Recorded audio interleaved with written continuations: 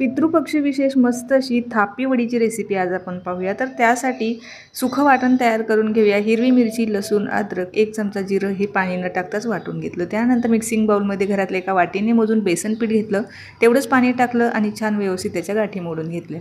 लगेचच फोडणीसाठी ते कढाईमध्ये तेल टाकलं, जिरं, मोहरी आणि तयार केलेलं जे सुखं वाटण आहे ते काही मिनिटांसाठी परतवलं। त्यातच आपल्याला हिंग, हळद पावडर, चवीप्रमाणे मीठ आणि अर्धी वाटी पाणी पुन्हा आपल्याला ह्या मिश्रणामध्ये घालायचं आहे।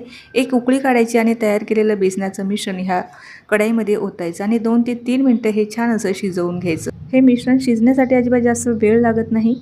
5 मिनिटं झाकून ठेवायचं आणि लगेचच एखाद्या ताटामध्ये किंवा ट्रेमध्ये ह्या वड्या सेट होण्यासाठी ठेवायच्या। वरतून थोडीशी ओलं खोबरं, पांढरे तीळ आणि कोथिंबीर घालून या वड्या मस्त अशा आपल्याला थापून घ्यायचं। हलकंसं मिश्रण कोमट झालं की याच्या वड्या पाडून घ्यायच्या।